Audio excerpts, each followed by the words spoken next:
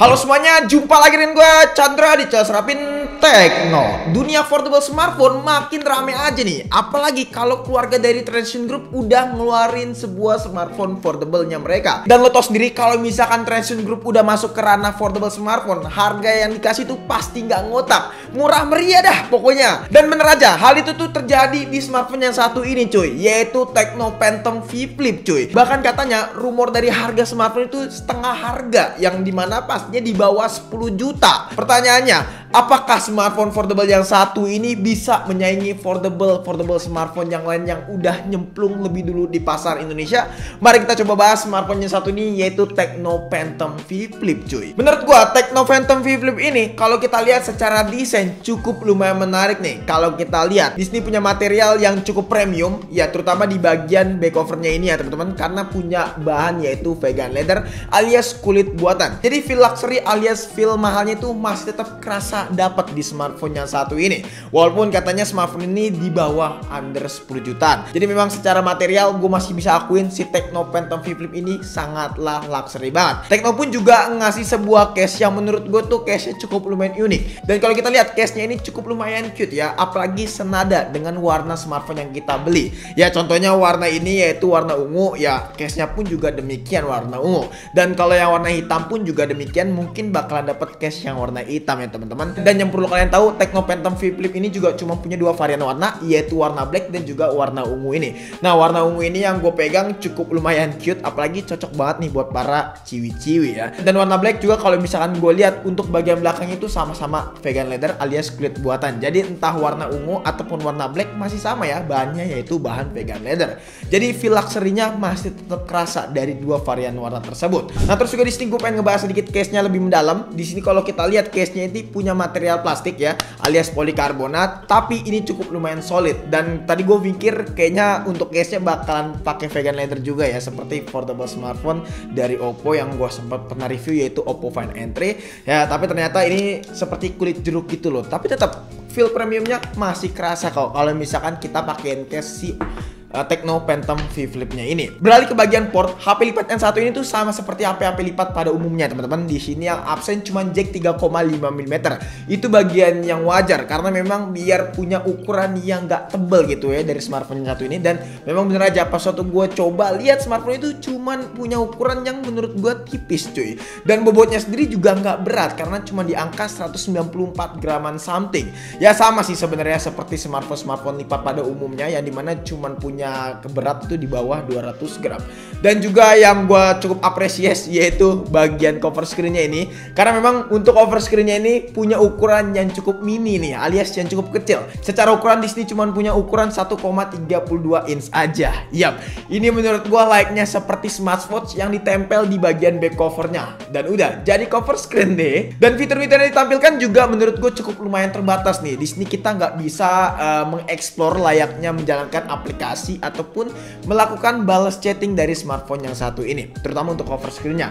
Tapi untuk melakukan seperti layaknya affordable smartphone pada umumnya, seperti layaknya foto menggunakan cover screen di sini masih bisa, recording di sini masih bisa, terus juga stopwatch di sini juga ada, kalender juga ada, cuaca pun juga demikian juga ada.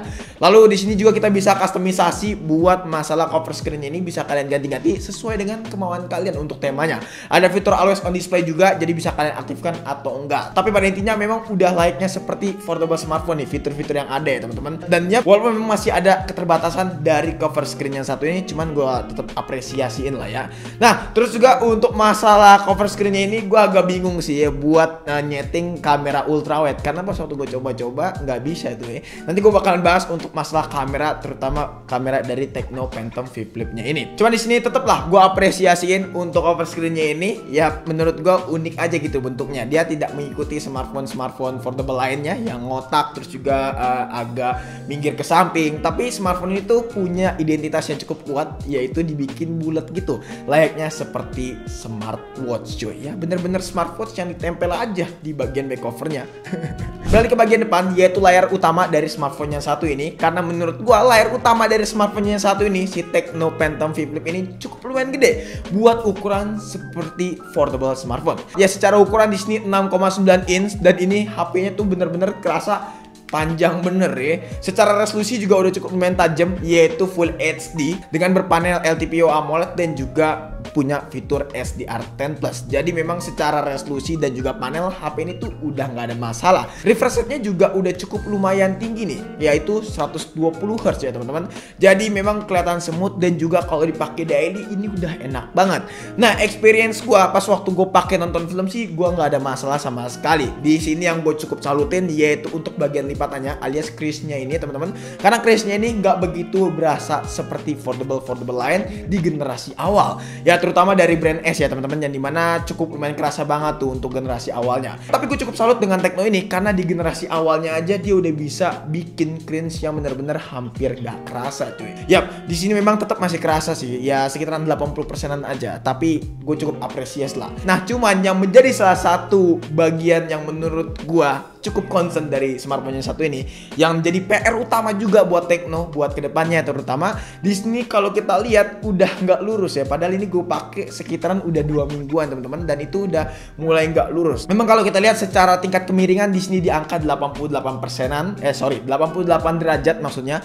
Dan kalau kita lihat kan flip line tuh ya ada yang 90, jadi bener-bener tegak gitu loh ya. Tapi smartphone yang satu ini tuh agak sedikit melengkung ya, melengkungnya nggak terlalu parah sih. Tapi tetap kalau kita pakai smartphone yang satu ini terutama buat ngetik ataupun buat scrolling itu agak kerasa aja gitu loh ya. Itu bagian yang menurut gue cukup annoying alias mengganggu. Terus juga nggak cuma itu aja, PR yang buat selanjutnya menurut gue di bagian angle-nya ini ya. Gue agak bingung sih kerangka dari smartphone ini tuh bakalan sekuat apa teman-teman, karena memang pas waktu gue pakai di sini cukup lumayan agak oglek gitu loh ya. Ya bagian ini memang cukup lumayan worry menurut gue, tapi semoga ini memang kerangka dari sananya ya, jadi memang nggak ada masalah juga ya, terutama di unitnya gue ini juga memang semoga nggak ada masalah gitu loh ya. Tapi yang jelas gue bakalan bahas terus smartphone-nya satu ini, smartphone lipat 3 bulan, 6 bulan, bahkan 1 tahun nantinya gue bakalan bahas terus kira-kira bakalan terjadi apa aja nih di foldable smartphone si Tecno Phantom V Flip-nya ini teman-teman. Tapi yang jelas untuk dipakai sehari-hari sih menurut gue ini udah enak banget sih, udah layaknya seperti foldable smartphone ataupun HP lipat lainnya yang ada di pasaran, terutama buat brand-brand yang udah terjun lebih dulu ya teman-teman. Oh ya, by the way untuk screen protectornya sendiri di sini udah di cover oleh Tecno ya teman-teman selama 1 tahun. Jadi kalau misalkan kalian pengen ganti screen protectornya ini bisa kalian ganti secara gratis. Cuman nextnya ketika sudah 1 tahun ataupun udah kalian pakai screen protectornya nanti bakalan angus ya, mungkin kalian bakalan dikenakan biaya ketika pengen ngeganti screen protectornya ini. Ya menurut gue ini layanan yang cukup oke, walaupun memang tidak se-oke brand sebelah ya teman-teman, yang bener-bener ngejamin screen protectornya itu bahkan ada yang setahun 2 kali penggantian. Itu luar biasa sih, tapi nggak apa-apa lah. Langkah yang diambil sama Tecno buat warranty screen protector menurut gue cukup lumayan bagus gitu loh ya. Sekarang kita beralih ke bagian performance, yang dimana SoC dari smartphone yang satu ini pakai SoC kelasan mid-range. Yap, yang lainnya bukan adalah Dimensity 8050. Actually ini SoC kelasan mid-range yang menurut gua kita bisa dapat di range harga 3 sampai 4 jutaan, tapi dipakai di smartphone harganya di bawah 8 juta. Ya menurutku memang agak sedikit nanggung aja sih. Kenapa nggak pakai Dimensity seri yang lebih tinggi? Contohnya mungkin harapan gue Dimensity 8200 Ultra itu kayaknya bakalan lebih oke nih HP. Tapi nggak apa-apa lah. Dimensity 8050 menurut gue punya stability yang cukup oke dan juga performance yang cukup ngebut. Pas gue geber Antutu aja dari smartphone yang satu nih dapat di angka 700 ribuan. Angka yang menurut gue cukup lumayan tinggi nih buat sekitaran smartphone foldable dengan Dimensity 8050. Cuman kalau memang kita bandingkan dengan Dimensity 8200 Ultra, tetap sih 8200 Ultra itu lebih tinggi ya, dapat di angka 800 ribuan. Nah, kalau urusan ngegame sih memang gue sangat-sangat tidak merekomendasikan main game-game berat di smartphone yang satu ini. Ya terutama buat main game layaknya seperti Genshin Impact, yang dimana smartphone itu kalau gue main Genshin Impact cukup lumayan panas suhunya. Ya settingan normal 60 fps aja, di sini main 5 menit udah cukup kerasa. Temperaturnya itu bisa nyentuh di angka 42 derajat Celcius. Itu 5 menit loh main Genshin Impact. Jadi memang cukup lumayan kerasa panas dan gue tidak sangat rekomendasiin. Entah cuman buat HP ini doang ya, tapi semua foldable smartphone ya seperti Flip 5 ataupun N3 ya, tapi gue entry flip gue belum pernah review sih, jadi nggak tahu sih. Tapi yang jelas untuk gue main di HP lipat itu gue sangat-sangat tidak merekomendasikan main game berat ya teman-teman. Cuman kalau buat main game sekelas PUBG Mobile aja, menurut gue masih oke banget lah. Settingannya di sini dapat settingan smooth ekstrim, dan HP ini tuh kalau buat main selama 20 menit juga masih cukup oke lah ya. Temperatur di angka 43 derajat Celcius, FPS-nya pun juga relatif stabil di angka 60 FPS. Jadi memang settingannya smooth ekstrim udah oke banget buat main game PUBG Mobile di smartphone yang satu ini. Terus apakah bisa main game? Jawabannya bisa. Ya paling main game PAU, kalau nggak Subway Surf atau nggak Candy Crush aja mendingan di HP flip. Lagian juga orang siapa yang pengen main game di HP flip gitu Dan juga baterainya kan kecil nih HP. Nanti gue bakal bahas buat masalah baterai, soalnya itu bagian yang cukup lumayan menarik. Nah, terus juga gue nggak cuma ngetes main game doang, gue ngetes benchmark juga ya teman-teman. Benchmark yang gue tes adalah CPU throttling, yang dimana 30 menit selama 3 kali berturut-turut. Jadi hasilnya 1,5 jam kita benchmark CPU throttling. Dan hasil di tes 1 kedua itu cukup lumayan oke, tapi di tes yang ketiga cukup lumayan drop grafik. Dan gue rasa memang ada sedikit nerf dari SoC yang satu ini, terutama buat smartphone si Tecno Phantom Flip ini. Karena gue tahu DNA-nya Dimensity 8570 itu nggak selemot ini, bukan nggak selemot ini ya, maksudnya nggak selemah ini. Ini SoC yang ngebut gitu loh ya, tapi di Phantom ini agak sedikit di nerf gitu ya. Jadi memang biar suhunya tetap dijaga. Ya mungkin ini agak sedikit throttling aja gitu loh, diturunin performancenya biar ngejaga suhu smartphone ini. Dan memang pas waktu CPU throttling itu juga suhunya memang nggak terlalu panas banget, paling di angka 44 derajat Celcius aja ya. Jadi menurut gue masih oke banget. Dan gak cuma itu aja, gue bakalan nampilin beberapa tes Geekbench 6 dan juga 3D Mark Benchmark nih. Kurang lebih hasil skornya seperti ini. Ya bisa kalian lihat stability-nya dan juga multicore, single core ya, semuanya bisa kalian lihat ya. Seperti itulah untuk hasil Dimensity 8050. Jadi memang kalau kita lihat performance dari Dimensity 8050 cukup lumayan bersaing banget lah, terutama dipasang di smartphone foldable yang satu ini nggak ada yang salah menurut gua. Apalagi kalau misalnya kita ngomongin dari kapasitas baterai ya teman-teman. Kapasitas baterai smartphone itu cukup lumayan badak.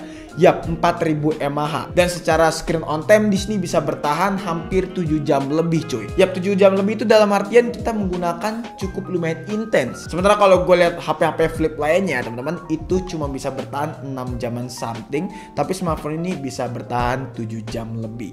Ya, menurut gue itu bagian yang cukup lumayan oke ya, lagi-lagi. Nah, kalau misalnya baterainya habis, nggak usah worry, tinggal di charging aja pakai adapter charger 45 wattnya yang udah include di dalam paket pembelian. Jadi kalian gak usah repot-repot beli charger lagi ya teman-teman. Nah, beralih ke bagian kamera yang paling seru dari smartphone yang satu ini. Yap, karena memang secara resolusi menurut gue ini udah cukup lumayan tinggi, yaitu 64 megapiksel untuk kamera utama dan 13 megapiksel untuk ultrawide. Gue bisa bilang di sini kamera dari Tecno Phantom Flip ini gak ada triple kamera ataupun quad kamera alias kamera gimmick ya. Di sini kameranya benar-benar berfungsi semuanya. Kamera selfie-nya pun juga cukup lumayan tinggi, yaitu 32 megapiksel untuk resolusinya.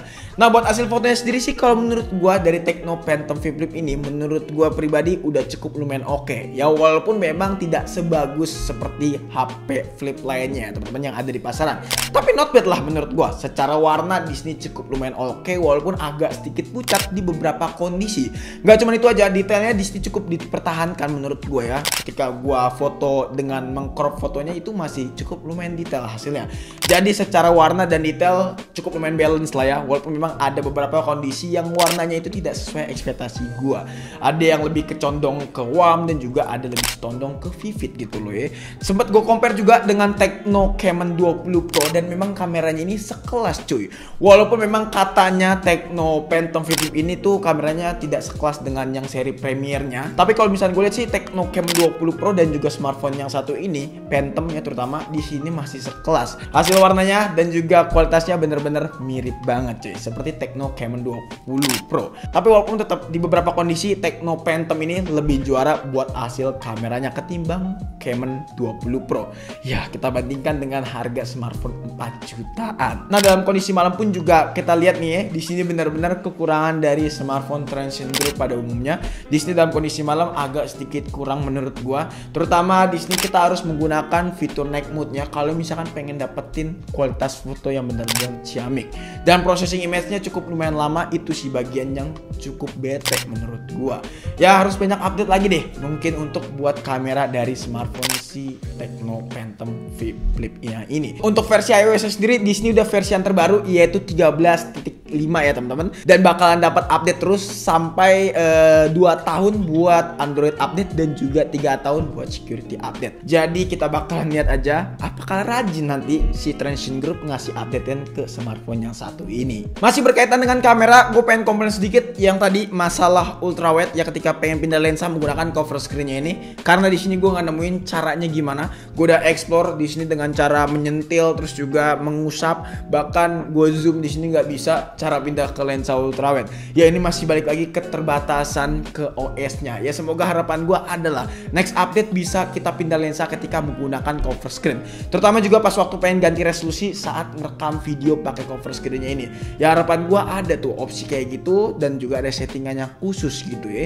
Jadi memang masih banyak keterbatasan buat cover screen yang satu ini. Ya kita bisa maklumin lah, ini generasi pertama dari Tecno Phantom Flip ya yang masuk ke Indonesia. Jadi kesimpulannya balik lagi, apakah smartphone ini bisa dibilang sebagai affordable smartphone? Jawabannya bisa banget. Mungkin hadirnya Tecno Phantom V Flip ini cukup lumayan menggencarkan pasar HP pelipatan di Indonesia karena harganya itu di under 8 jutaan ya, bahkan kalau misalnya pakai promo promo launching, dan itu harganya bener-bener luar biasa banget ya. Mungkin brand seperti Samsung dan Oppo bakalan cukup agak mikir 2 kali nih buat bikin affordable smartphone yang satu ini. Dan juga gue cukup apresiasi lah sama Tecno yang berani nge-launching affordable smartphone yang mereka ke pasar Indonesia. Walaupun gue gak tahu sih nanti komentar kaum menang-mening tuh terkait smartphone yang satu ini gimana, cuman yang jelas memang banyak banget PR yang harus diperbaiki sama pihak Tecno. Intinya masih jauh dari kata sempurna buat seukuran affordable smartphone menurut gue si Tecno Phantom V Flip ini. Cuman dengan harga segitu menurut gue yang dikasih udah oke banget lah. Kita di bawah 8 juta bisa dapat smartphone lipat yang luar biasa kayak gini coy. Ya menurut gua oke banget lah, big deal banget dari Tecno yang dikasih secara harganya ini. Dan gue juga nggak tahu nanti mungkin bakalan banyak yang komen lah di harga segitu mendingan beli second aja bang. Ya balik lagi sih ke preferensi masing-masing. Kalau pengen kalian beli second ya it's okay, atau kalian pengen beli baru ya ayo gitu loh. Cuman kalau menurut gua buat gadget pribadi ya better beli baru aja ketimbang beli second. Karena kalau beli baru ya kita bisa dapat esensial kepuasan pada diri kita sendiri gitu loh. Cuman kalau misalkan beli second kan aduh gimana gitu Oke, mungkin cukup sekian aja video kali ini. Kalau misalkan kalian punya pendapat ataupun punya pertanyaan soal smartphone yang satu ini, boleh banget tulis di kolom komentar. Chandra pamit, sampai jumpa di video selanjutnya. Oh ya, jangan lupa juga follow Instagram kita. Pengen nanya secara private boleh banget di Instagram @sarapintekno, atau pengen join ke komunitas kita boleh banget juga ke Sarapin Tekno Telegram. Yang linknya ada di deskripsi. Nanti bakalan gua drop ya. Chandra pamit, sampai jumpa di video selanjutnya. Until next time, goodbye. Halo?